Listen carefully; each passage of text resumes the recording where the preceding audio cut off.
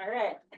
All right, thank you all for coming today. We are, it's a pleasure to invite a neighbor of ours who just started, John just started at Denison University. He is a recent graduate of the policy program from the University of North Carolina, doing really interesting work at looking at education policy and workforce development and looking at mobility of recent graduates. I came across some of his work looking at the role of universities in terms of workforce development. And then I looked him up and saw he's at North, oh, he's coming to Denison. We might as well. He's right next door. He also has degrees from NC State and Butler University. So I'm joking with him, all basketball schools. And so we're very happy to have him here today, talking a little bit about diversification of baccalaureate education, a lot of things that we're all interested in. So a lot of good interactions with connections with some of the things we're doing here in college. We're very happy to have you here. Thank you so much. And oh, just one other thing, we get an economics background, so feel free to run things the way you want to. If you want us to interrupt during your talk, feel free, or if you want us to wait until you're done. Yeah, I was thinking, I'm fine if you want to interrupt me for questions interspersed throughout the presentation. That's what I'm used to. I'll also do my utmost to, or my best to leave a little bit of time at the end if you want to hold on to your questions too, that's fine.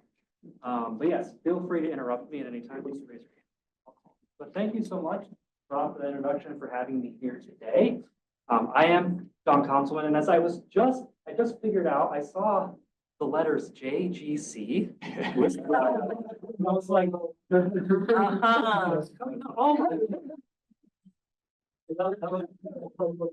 it's so like I was saying, meant to be. I'm really happy to be here at John Glenn College. I'm Jonathan G. Conzelmann. And today, as Rob said, my talk is going to be on the diversification of baccalaureate education. It's a project that I spent several years doing. It was part of a dissertation, though it's hopefully going to spawn other interesting research in the future for me. But I want to start by framing this, or just maybe reminding everyone in this room, not that I need to remind you, but despite what the popular press or media would have you believe, individual economic and social returns to a bachelor's degree are persistently high, particularly here in the United States.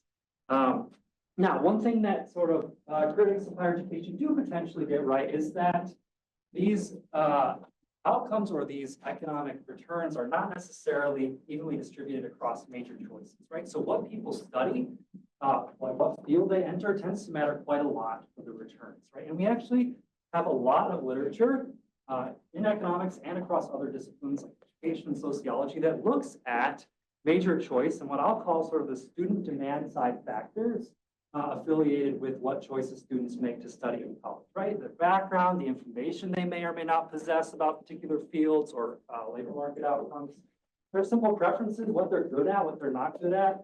All these things, we have a robust literature on sort of the determinants of major choice from the student side of things. And what this paper is about, and what I'll argue, is that we know a lot less about the supply side. In other words, how colleges potentially shape the decisions that students make because of the programs that they offer, the courses that they offer, the types of people that they hire, and all these other things. So there's a lot less work on that. And this paper is going to, I think, sort of contribute to sort of that gap in literature here. So I have a photo here that I quite like. I found this on social media, but as you can see, a degree for every dream, right? Very nice system. Taking the New York subway, not by me, but by someone else. So we have obviously very happy looking students and a very nice looking background. What I want to focus on is this subtext here, right? One university, 25 colleges, and 2,800 majors and programs. Now, I don't know about you, but I can't even think of like 100 different majors, let alone 2,000. Now, obviously, this is an extreme example. I think Ohio State, I looked it up, has about 200 different majors, and I'm sure there's a little bit of weird counting going on here to get at this program number. But what I want to draw your attention to is something that I'll talk about in this paper a lot, is that this is something, this idea of choice, or like having more options that colleges either value intrinsically themselves, but also potentially just think students sort of want this. And this is something that I think colleges sort of pride themselves on having more, having different options for students to be able to study. And so I just hold that in the back of your minds here. Obviously, this is an anecdote, but it's going to tie into one of the trends that I identified in this paper. So a few other things about the baccalaureate education market that I want to highlight. So colleges across the United States have, we have information that suggests that they become more stratified by resources and selectivity across time, right? So this Matthew effect, or rich getting richer, that is something that's going on in higher education. So you have sort of like these rungs or these different ladders or tiers of institutions, right? Sort of along with that, we also have good evidence that there's a lot of competition and collaboration. That in parentheses, because I don't think we typically think about it in that manner, but there's some collaboration across colleges too, for students and for resources, right? Faculty, just money outright. A lot of this is something that's been documented very significantly in this bachelor's degree. The other two things I want to highlight is that college costs have outpaced inflation for a number of decades. Now, when I say costs, I don't mean the sticker price. I don't mean the tuition that it costs that you would get charged to attend. I mean the actual amount of money it takes to run a university to offer programs, right? So particularly it tends to be a labor-intensive industry, right? So a lot of that money goes into like faculty and staff salaries, but that's what I mean when I talk about costs, not just prices. And then the second thing, what would seem like really positive news is that graduation rates have been increasing for a few decades as well. Throwing a bit of cold water on this, some of my friends and colleagues, Jeff Denning and Rich Patterson and some others have attributed this to great inflation. Sort of like, like, okay, well, maybe our standards are just falling. I'm going to throw a little bit of nuance onto that argument, or I'm going to try in this paper. And actually what I want to do is kind of unify a lot of these different things under the umbrella of this trend that I can show you. So if I had to put a research question or questions on this paper, this is how I would do it. This paper starts off very descriptive, and so it's kind of hard to say exactly like, this is what I'm studying, or this is my exact research question. But if I may try, I'm going to ask, how has major specific degree production in the United States evolved over time? So are there trends or ways that we can sort of summarize changes in this market over time? Turns out there was, or there is. And so that led or leads to these other set of interesting questions, which is, can these shifts that I'm going to show you illuminate some of these other facts about the market that I just sort of laid out for you? So just a preview of the main findings, we're going to start off with this trend, which is that bachelor's degree awards have been steadily diversifying over time. What I mean by diversifying is that you can think about all the degrees being awarded across the United States and the fields or the majors that students are getting those degrees in. Students have proliferated or like spread themselves out more thinly across programs in a very significant way. And I'll show you, I'll quantify that for you. And what drives this trend is within college expansion of the options that they are offering. And so I showed you that photo of the 2,800 majors. CUNY did not have 2,800 majors or programs even 10, 15, let alone like 30, 40 years ago. Right? This is something that's been changing over time where schools have been adding programs. I'm going to show you that that's what's really like underlying this trend. Next question is like, why? Why are colleges evolving or developing in this way? I'm going to argue that it's due to peer institution effect.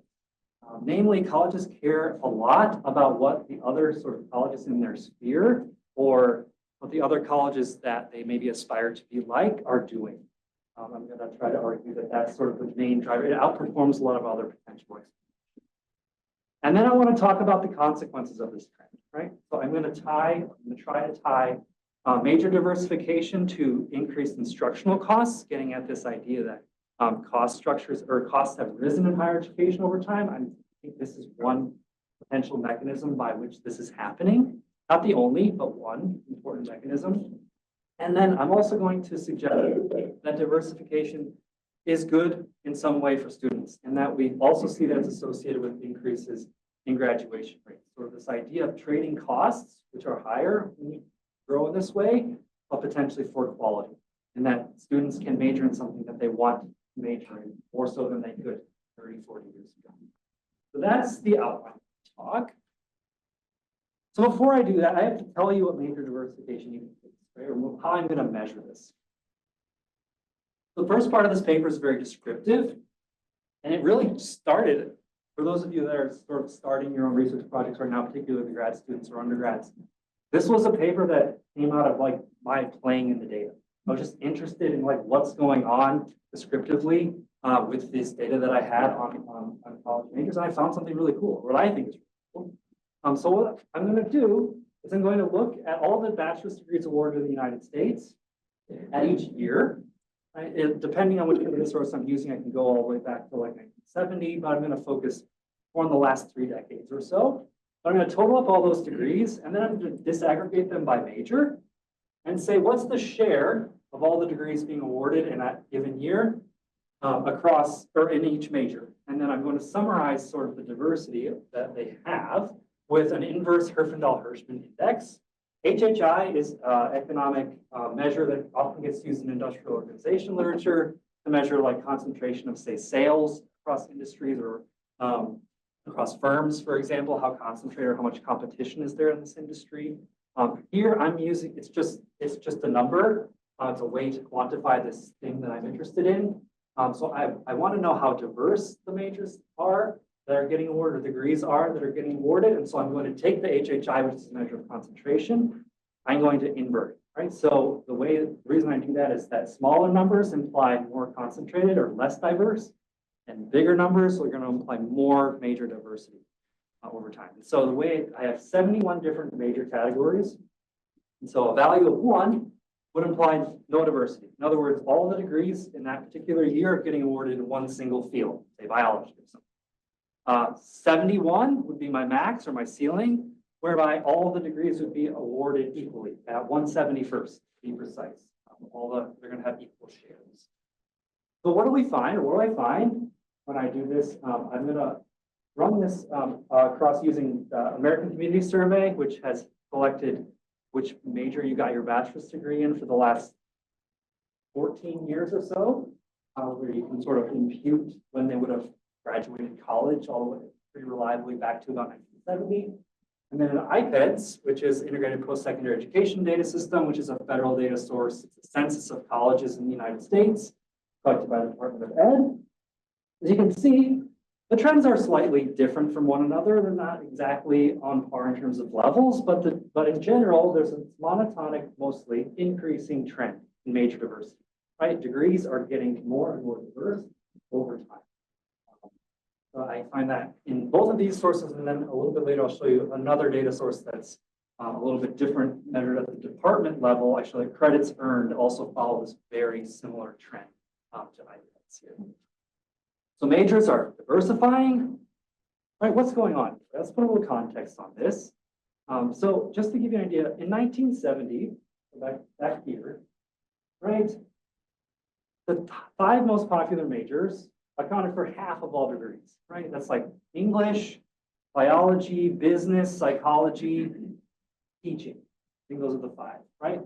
2017, 50 years later or so, the top 5 are still the same. It's still the same 5 majors that are very popular, but they only count for 30% of all the degrees. So this is just to give you an idea of what's happening, right? That distribution is far less top-heavy now than it was, a long time ago, several years ago. Next thing I want to highlight or sort of talk about is like, are these numbers or are these observations consistent with some things that other people have said about sort of what's going on in baccalaureate degree education? Number 1 is the decline in the humanities, right?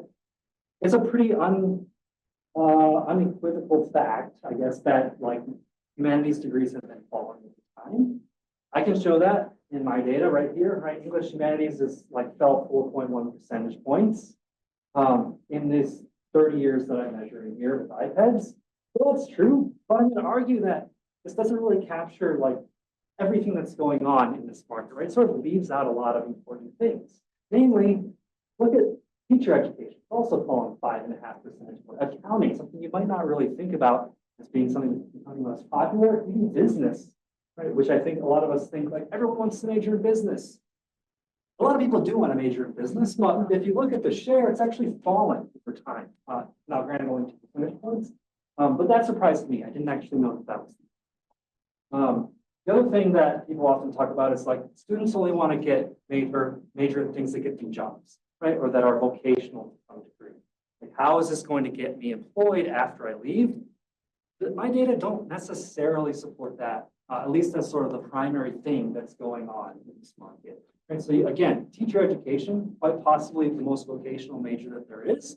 Maybe not the most, but one of the most, right? It leads pretty directly into a vocation. Again, fallen 5.5%. Accounting, same way, it's fallen 2 percentage points. Nursing, of course, has risen the most of any field, and it's extremely vocational, but some of these others are actually what I describe as quite general. Biology, not really a vocational major. You can kind of do whatever you want with a biology degree. Computer science, despite, maybe the view is like you go into software or something, it's actually also quite a general major. You do a lot of different things. So this whole idea of the rise of vocational majors, I'm not going to sit here and say that's not happening definitively, but I don't think it's very consistent with if you look across all the sort of majors or the patterns here that are going on. So what I'm going to argue is that my EMI, or this measure of diversity, captures something more comprehensive of what's going on with major choices or major production over time than some of these others.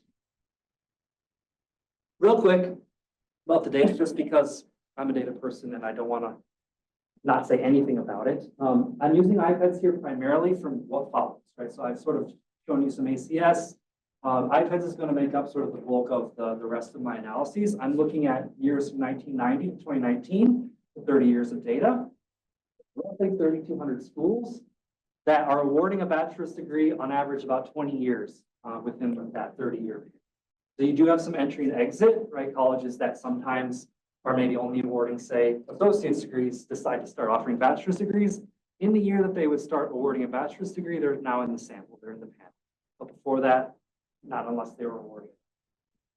I also have access to what's called the cost study at the University of Delaware. It's some really cool data that's actually department level, looks at instructional expenditures, faculty workloads or allocations, and credits earned or taught.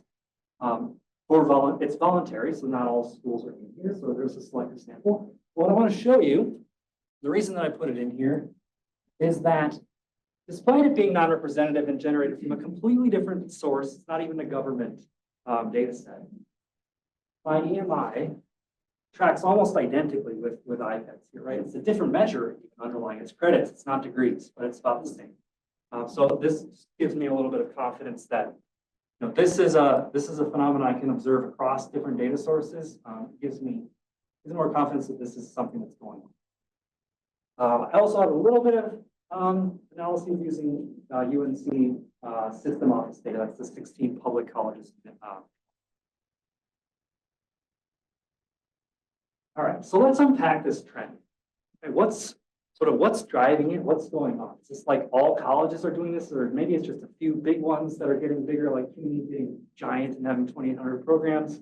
What's going on here, right? Could this, so I'm going to say there's like two sort of main ways you could think about this. It could be that students are just changing their preferences over time, right? We talked about, people have this idea that they want to major in vocational things more than they did before. It could be that colleges themselves have the same number of programs or are very fixed over time, and students are just sorting differently. That's perfectly plausible. You could observe this trend. Or, as I'll argue, it could be that colleges are sort of changing their menu of available options, which is what I've hinted at a lot of times already in this presentation. Could be some combination of those two things as well. Obviously, it always is, but I'm going to argue that it's the latter of those more prominent. So I'm going to show you some reasons why I think there's evidence for a supply story, namely that colleges are changing the options that they offer. And very simply and descriptively, the first piece of evidence is that if you plot the number of majors that colleges offer on average, weighted by the number of students or degrees, against the EMI, they track almost the same. Obviously, the units are different here. It's a totally different measure, but the pattern is the same. This is not mechanical.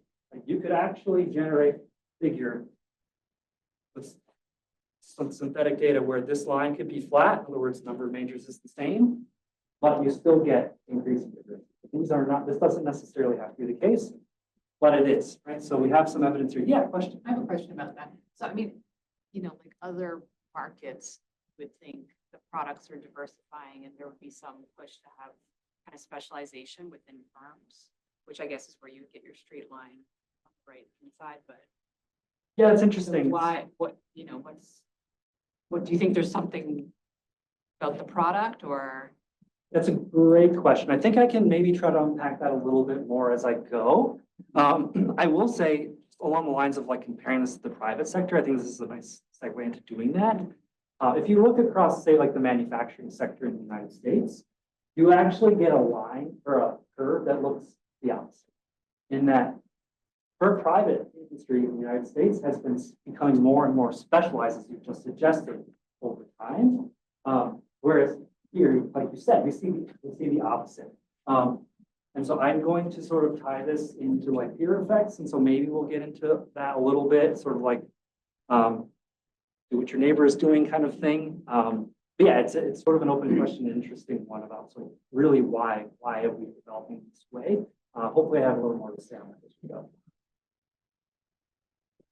Second piece of evidence, right? So that's just like a raw correlation, right? Just looking at two different measures across time. I can be a little bit more rigorous in that with a Hock blinder decomposition, where I can sort of net out other factors like changes in student demographic characteristics, institution type even, so like other fixed things about institutions, right? I can still attribute 50% of the increase in major diversity to just simply the number of majors that they're offering. So that, in other words, this phenomenon explains 50% of this, net of some of these other things. Lastly, I do a decomposition of the variation here to try to understand, like, is this sort of a phenomenon that like every college is doing, or is it sort of maybe related to like size? This decomposition gives me a good indication for sort of where this growth or this behavior is concentrated. And it turns out it's not concentrated. That's sort of the whole idea. It's like all colleges or the average college is doing.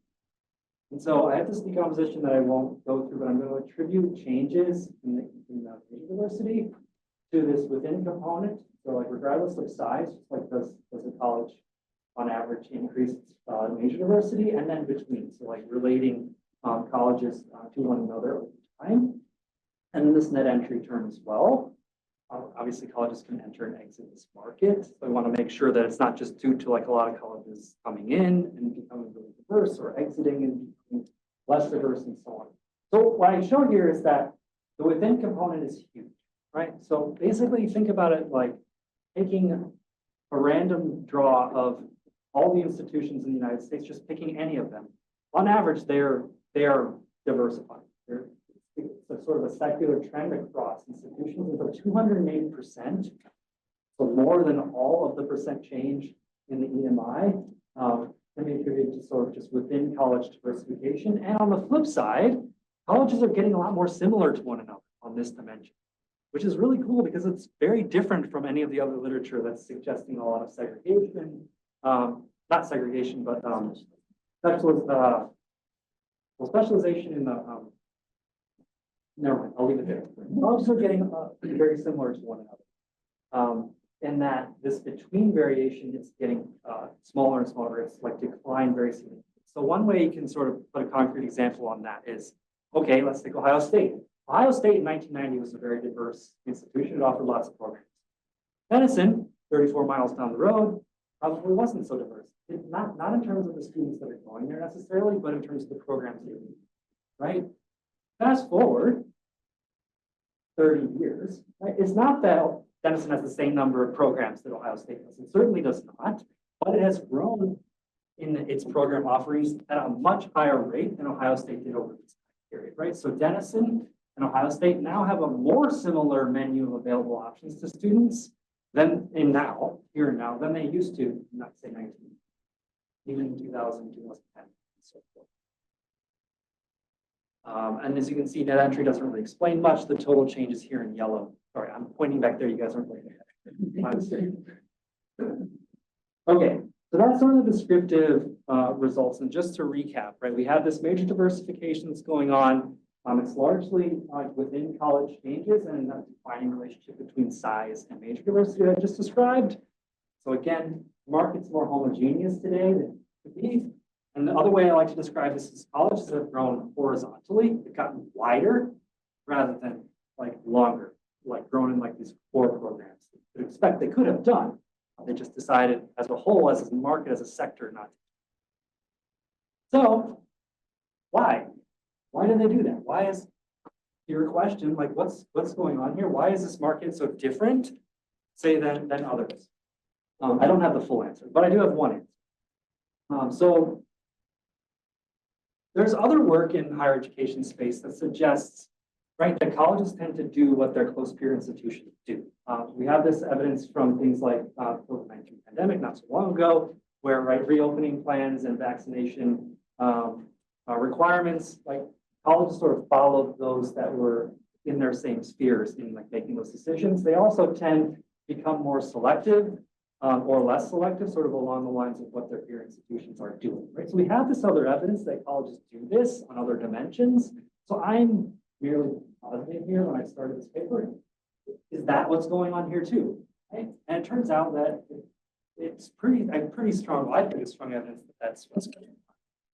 So each college has the option when they submit their data to IPEDS, to the government, to list a set of peer institutions that they want to be compared, right? That they get like a data feedback report that's public. It shows like tuition, grants, loans, all these like basic indicators against the mean of their peer group.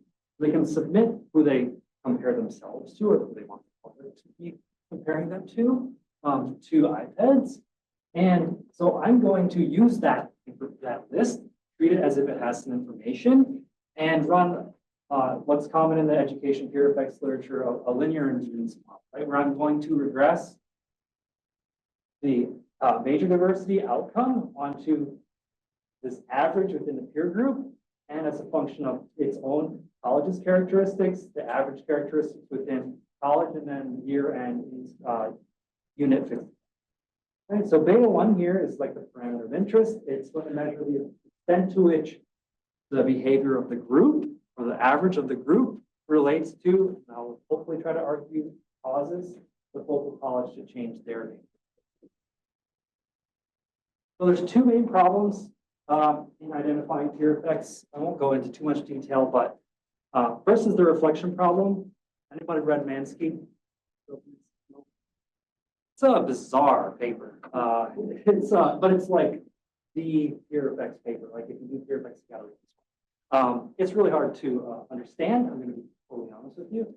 Basically, what I take out of it is that, and what people take out of it is that it's really hard to sort of measure whether or not the individual is affecting the group or the group is affecting the individual, right? And if you don't have certain conditions met in your data, it's actually impossible to identify peer effects.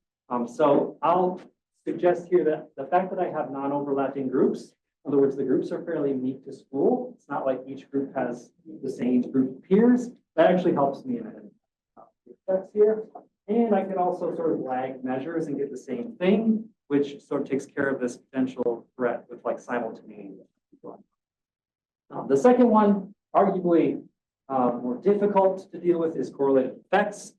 The idea is that there could be things that I can't observe affecting the entire peer group that I can't sort of control for potentially without some like network type fixed effect, which is also hard in my setting to get. You could think about this as being maybe like a common labor market shock across groups of institutions that are maybe geographically linked, or their geographies that they work or operate in have similar industry makeup, something like that, that would sort of threaten or be related to our treatment. So I'm going to use an instrumental variable strategy and these excluded peers. And so I'll describe this the best way that I can, or the simplest way that I can. So Stephanie invited me here today. Thank you so much for that. We're friends, right? I'm going to go ahead and say we're friends. Imposing friendship. Let's say I'm the focal institution, the focal person. I want to know if Stephanie's behavior affects mine. Stephanie and I are friends. That could be some endogeneity here, like maybe we mutually chose one another, whatever. Let's say that Stephanie and Stefan are friends, but Stefan and I did meet earlier, but not really friends yet. Like we just haven't gotten there, right? Like maybe eventually we'll be good friends. But Stephanie and Stefan are good friends, right? And we expect Stefan's behavior to affect Stephanie and Stephanie's behavior to affect me. That is a recipe for instrumental variable because Stefan is not going to directly affect me. He's only going to affect me indirectly through Stephanie, right? So I'm going to use Stefan as my instrument for the behavior of Stephanie that will later affect my. Yeah. Just to be clear, what is the unit of observation? Yeah, so it's going to be typically institution time. So major diversity, like the summary measure of diversity measured for each school at each point in time. Each school has a set of peers, K, not index. Anyways, yes. It's not like a college within a university. No, it's a university as a whole for this particular analysis. I do some departmental level stuff to get at some mechanisms later, but for the majority, it's school year. Yes. Related to the point of excluded versus included peers, can you tell me a little bit more about the incentives of the schools that have created the peer list? So, for example, if it's only for internal uses, for example, then I would be more confident that it will be honest. If it's for marketing purposes, they can be very strategic about it. It's a great question. So I do explore that and try to assuage that concern slightly. So I find that schools tend to list aspirant institutions, namely, on average, they will choose schools for this public list that are better. Right? So schools that have spend more per pupil on instruction, that have better graduation rates. I think, now you could argue either way, I suppose, but I think that the problem with strategic listing would be if the schools say, put some schools that they would look better against. So like sort of like strategically listing someone who would make their numbers look good, while omitting some of these schools that they are actually paying close attention to. That would actually be a violation of the exclusion restriction because that school might show up as Stefan, as the excluded peer, and be affected directly because I'm looking to them. So the fact that I find excluded peers that are, peers that are on average better or aspirants sort of helps me, I can't rule it out, but it helps me think that that's hopefully not going on, at least in a consistent way. Does that help? Okay. So what do I find, right? Are there peer effects? All last estimates suggest yes. We already talked about how that could potentially be biased. These are elasticities, right? Relating the peers, major diversification of the average among peers to my own institution major diversity. When we start to use instruments here, right? So we're using the average outcome of the excluded peers. Obviously, we have some strong first stage, which is nice. The elasticities are greater than 1. So this implies that a 10% increase in my peers' average major diversity gives way to or leads me to increase my major diversity by 17. Right? That's in sort of these two states least squares. There's also a more conservative, arguably, way to instrument using excluded peers by taking the excluded peers' characteristics and instrumenting for the outcomes. Won't go into too much detail, but to say like this is sort of like what I view as like a more conservative potential estimate or approach, and you still see very significant and large elasticities greater than 1. So what does that mean, right? There's strong evidence here for peer effects in this market, right? Colleges are sort of responding more than in proportion to what their peers are doing on this dimension. And thank you for your question. Yes. Did you say that there's like a lagging sort of structure with your instrument? Yeah, so in the results I show here, I'm actually not lagging, but if I lag, it doesn't actually change the elasticity very much at all. It's still significant and strong. And so just out of like, to not have to talk too much about it, that's what I'm presenting. Thank you. Wouldn't you theoretically think the lag? If Yeah, peer it's effects true. would have to be lagged because otherwise, Yeah, I've gone back and forth. Yes. otherwise it's some omitted thing that's causing both of them to do it at the same time versus I'm learning what they already did. Yeah, that's a fair point. I guess I had thought about it as lags, maybe introducing with the time lag more potential like bias, but not with respect to the simultaneous things that could be going on. So maybe I could preference should preference the lag measures, but they are in the paper somewhere at the appendix. They don't change all that much, and so that's sort of why I'm here.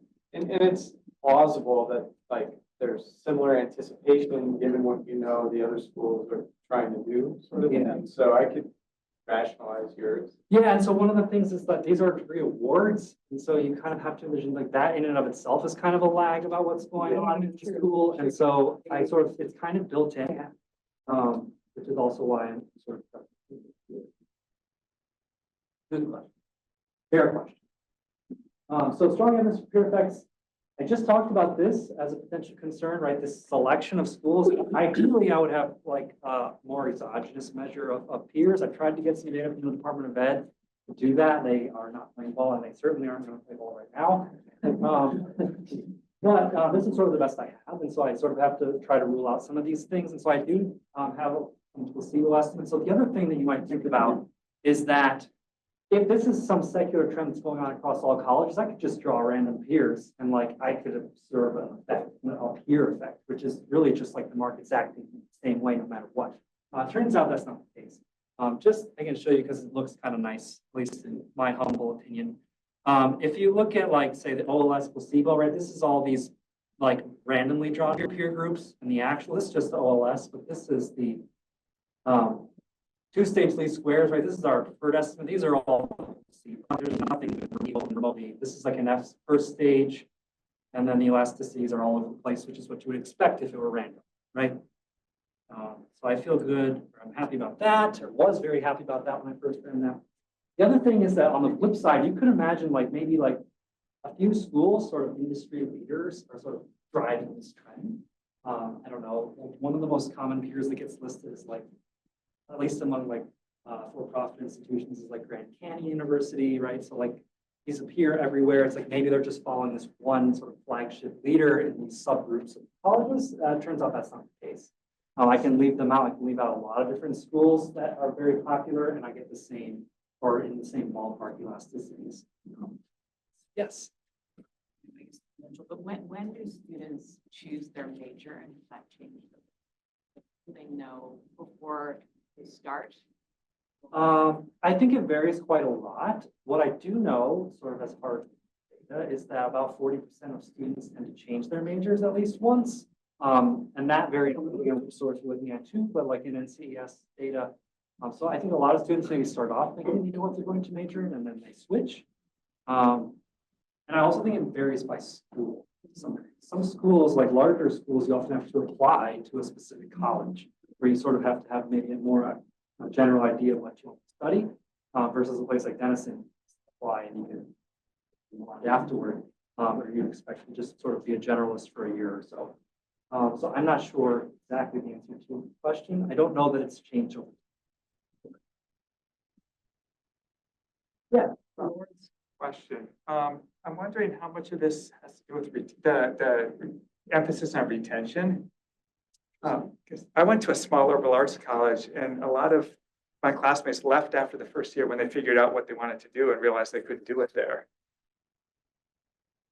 I could see it actually, this sort of, maybe this is what you're suggesting, being related to factor retention rates is sort of rising over time, and that there are more options for students. And things like the state places a lot of emphasis on retention. I assume US News.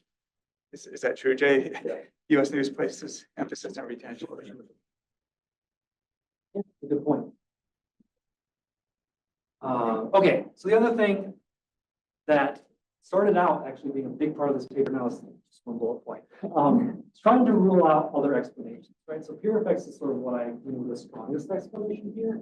When I started this paper, this would have been like the headline. This is what I thought. I thought schools are responding to what like employer demand measures, either latent or real, would suggest, right? When like, I don't know, computer science like majors and employment opportunities rise, schools adopt computer science programs. I thought that would be the story. It's not. It's not that it's unimportant. It's not that colleges don't respond to labor market demand. I actually have a paper that suggests that they do. It's just not explaining here why colleges are diversified in this manner. At least it's not a very prominent story.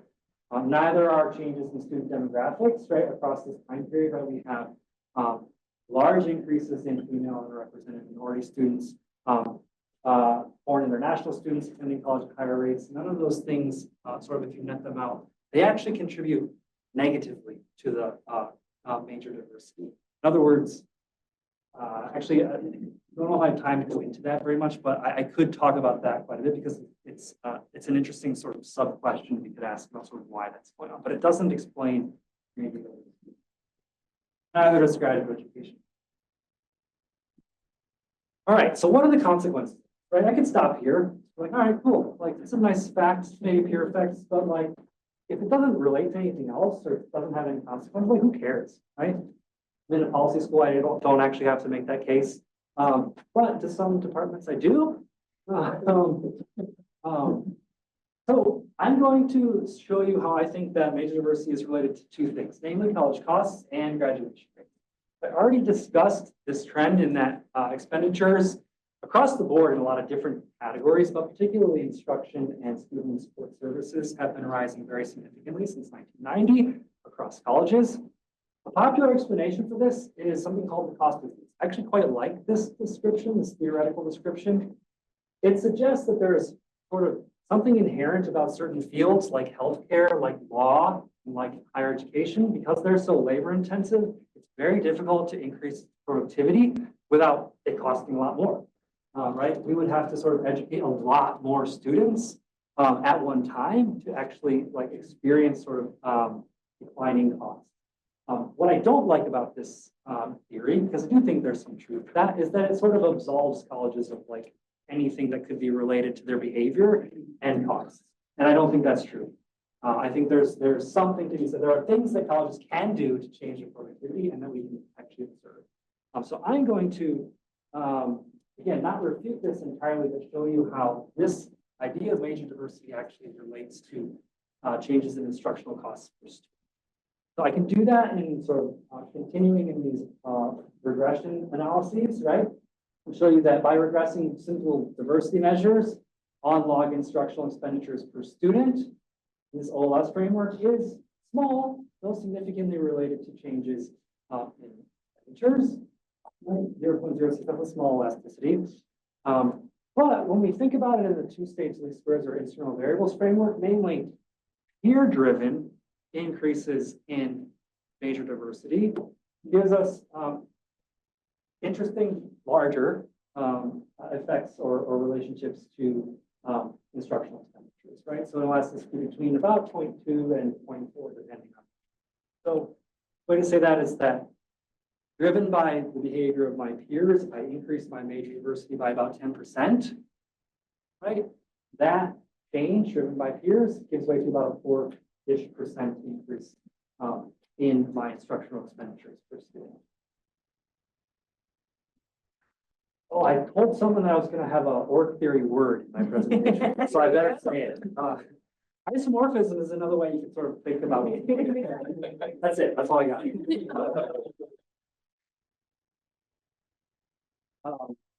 So I don't. Let me just briefly talk about mechanisms because I do think it's maybe a little bit of. So why are these costs? Yeah. And maybe you mentioned this already, but how many peers are universities selected? Yeah, so on average, it ends up being about 12. I think I'd have to actually go back and look for sure, but it's they can put up to like that's very rare, but it's like there's not like a cap on the number, and so it's typically I think on average. Yeah, good question. So mechanisms. How are these cost increases arising if we agree with you that they exist in some manner and relate to diversity? I'm going to explore sort of spillovers within a college and what happens to costs within a department or within departments that are exposed to new program introductions. Right. So again, we talked about how important new programs are to this phenomenon of major diversity. Let's see what happens to costs using this data that's at the program level when new programs get introduced. Right. So the easiest way I can just talk through like a hypothetical example. Think about finance. Think about a major or a department or a major in finance getting introduced at a school. If a school, say, has a nursing program, arguably, and by looking at actual course taking patterns within some data, nursing is unaffected and arguably unrelated to finance. Right. People who major in nursing have almost zero overlap in terms of what courses they take with students in finance. You can sort of think of them as actually like a control group in some sense, because there's just not overlap, even within a college. They're very dissimilar. Accounting, on the other hand, is very much like finance, right? You will take a lot of, no offense, I know they're different, but like, there's some overlap here in what classes they're going to take. In other words, they're quite similar if you look at sort of their course similarity. Sociology is kind of in the middle, right? And you would never put these two together maybe, but turns out that there's a modest amount of overlap between what someone in sociology will take and what someone in finance will take. And so what I'm going to show you, what I find is that these are the types of programs, not sociology specifically, but this type of program that's modestly related to the new program is the one that's going to raise its cost the most, because students substitute away from this into these. And so colleges don't adapt very quickly, right? They don't tend to change their faculty all that much. Obviously, this varies from school to school, but in general, our cost structures are hard to change or hard to move. And so sort of by virtue of losing enrollment, costs. Right? And so this I can show in an event study type framework. This is like when a program gets introduced. This is these below median similarities. So like this like sort of middle group of departments, about a 5% rise in average cost per instructional cost per credit hour. It's rising about 5% on average up to 5 years after this new program gets in. It could actually even be further. I just don't have enough data to say. Okay, lastly, graduation rates, right? So obviously, again, I could stop with costs, and I think a lot of people would be like, oh my gosh, colleges are the reason that costs are so high, like, and sort of key off of that finding, which I stand by, but I think it's more complicated. Yes. I hate to interrupt you. No worries. Before you move on to the next thought, people lament like the increase in administration at universities and colleges. They track this all the time. It seems to me that you have like an instrument for explaining that, and I'm curious how much of that variation is explained by this, and if it might help with like the significance of your paper. That's a really interesting point. Unfortunately, these data do not measure that type of expenditure at the program level, right? So like this is all program level data. And I have costs per credit hour. It's all instructional expenditures. But I totally agree with you that I could, like that'd be really interesting to know. And like maybe it's even bigger than this. In other words, you sort of make the enterprise of the university more complex. You need to add different support staff. There's more fixed costs. Yeah, right? exactly. Yeah. So I totally think that's a great idea. I have no doubt that's probably going on. I'm just not sure I have a way to measure it. So when I did the school level, well, yeah, I have these regressions run with not instructional, but with student services costs, and the elasticities are in the same ballpark, not quite as significant. That's anything to you, a little noisier, but It's just general admin. I don't know if that goes into students. yeah, I ran for all the different types of expenditures you can get in iPads. I'd have to look back. Yeah, sounds good. Thanks. Good question. All right. So back to graduation rates, right? So I had this idea and I quickly axed what was a very, very like half-baked theoretical framework in this paper. But I have this idea that colleges are sort of trying to maximize quality, right? And like spending more actually arguably gives you higher quality. I mean, if you spend the right way, gives you higher quality. And so this is sort of a test of that in some ways, in ways that I can actually measure. So I look at this idea that graduation rates at colleges have been increasing. It's about 20% in my 30 years of data here. And I already said that this has been attributed to grade inflation. It's a really good paper. I agree with the results, but the why is not clear, at least in my opinion. Right? Is it because standards are falling, or is it something else like I'm trying to say here, that colleges have actually grown in such a way that it's better off for their students because they can effectively or efficiently sort into areas that they're good at or that they want to study more than they do. So to test that, right, I'm going to regress sort of exposure at the cohort level. So changes in the diversification or the diversity of degrees being awarded while they're in school or theoretically in school, onto this outcome of the 6-year graduation rate. And again, so in OLS, it's noisy, not much relationship, but again, in this 2-stage 3 squared framework, so this peer-driven increases in major diversity seems to be giving rise to higher graduation rates on the order of about 2 to 3.5%. So non-trivial, right, from a graduation rate.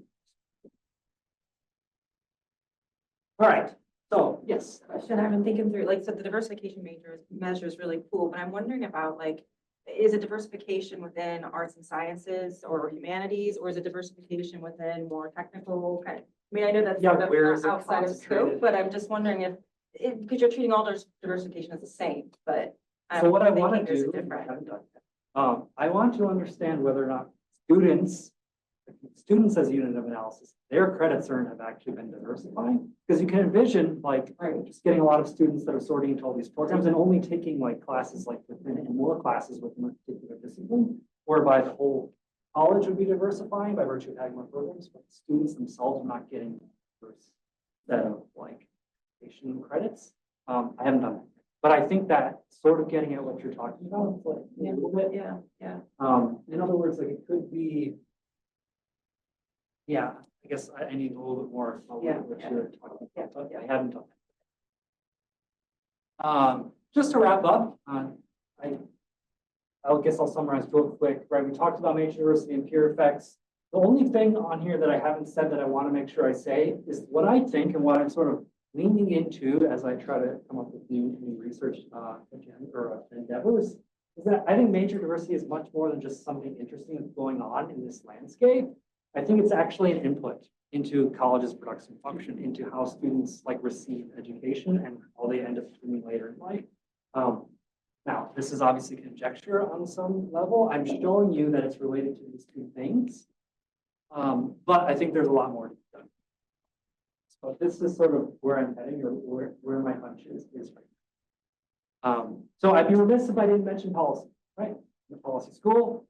A lot of you have already sort of been dealing with some of these issues in your various administrative roles, perhaps, or at least talking about them. But one thing that's pretty prominent right now is a lot of doom and gloom in higher ed, potentially for good reason. But a lot of college leaders are facing budget shifts.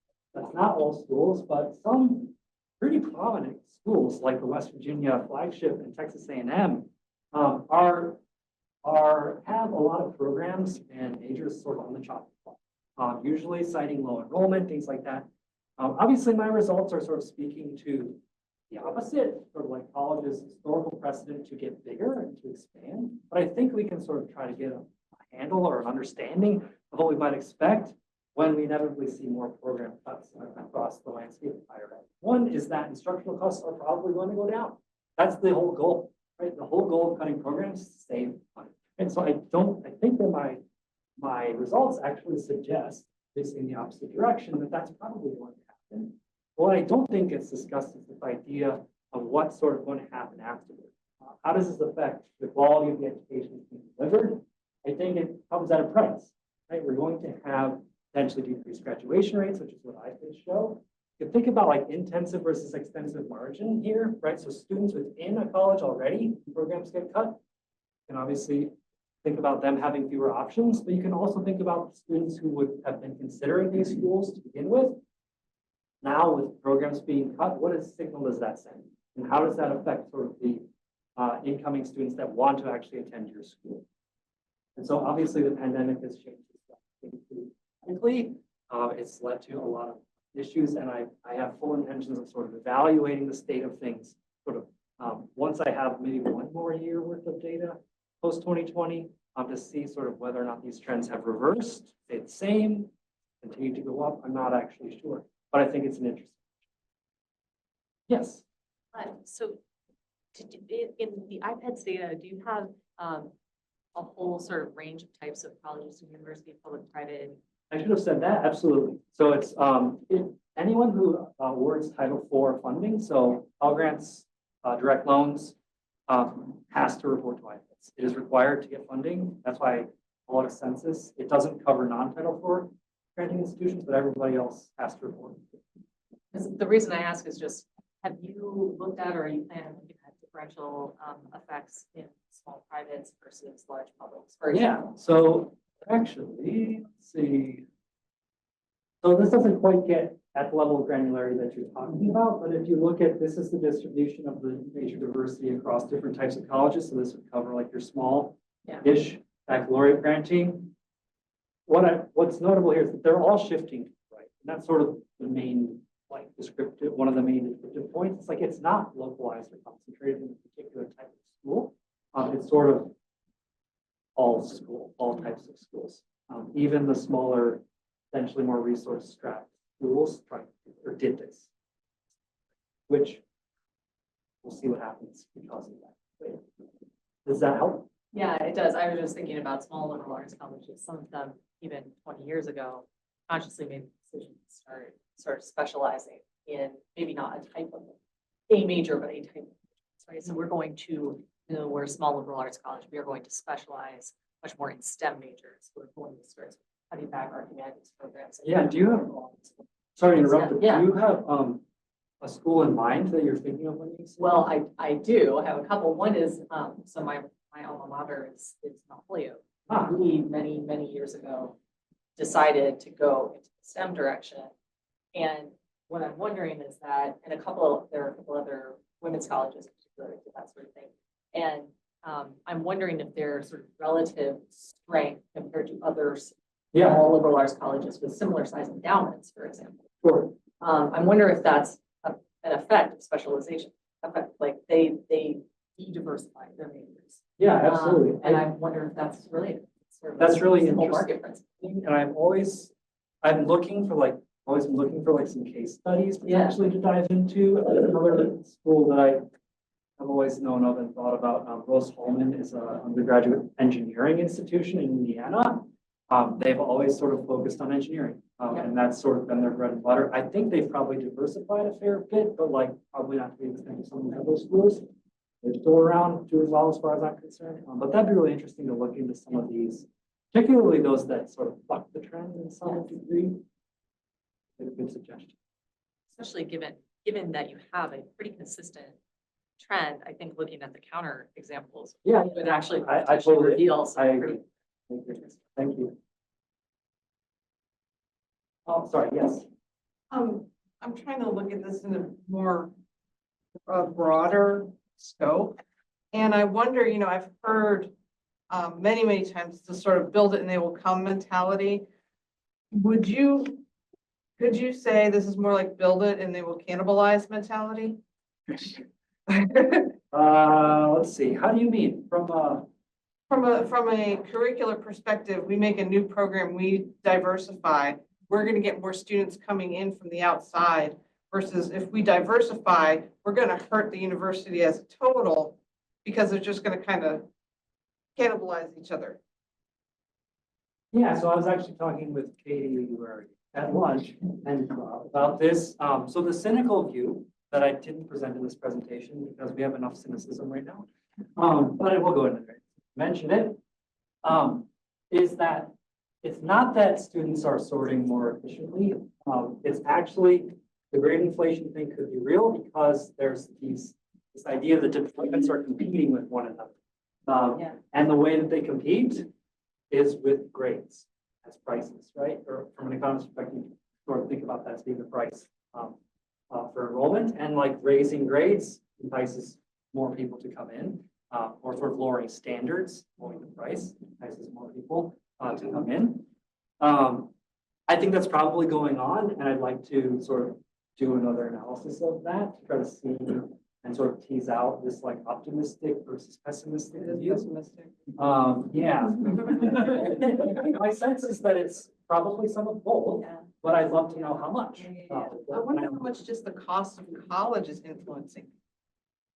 Yeah, certainly. Yeah, it's like, if I'm gonna pay this much, like, you better offer me like 100 majors versus 50 kind of thing, or? Because if you're saying that the more colleges are becoming more diverse, right, generally speaking. Sure. So then there's less, if I want to do engineering, I'm going to maybe go to the school that you were talking about, right? I'm going to choose. But if now I have 5 schools that do engineering just at similar level, then it increases competition, which increases spending and recruitment, which increases cost of administration and. Yeah, totally. And I think the way that I think about it, almost lines, which is slightly different, is that they're actually competing on with diversity, right? So Right. like, it's like, I must be more diverse so that I can. Rather than, which might actually be a more viable strategy, given that everyone else is different. I think it's good questions. I will be cognizant of all your Oh, time. yeah. Um, Looks like we're at time. Yeah, exactly. Thank you so much for having me. Thank you.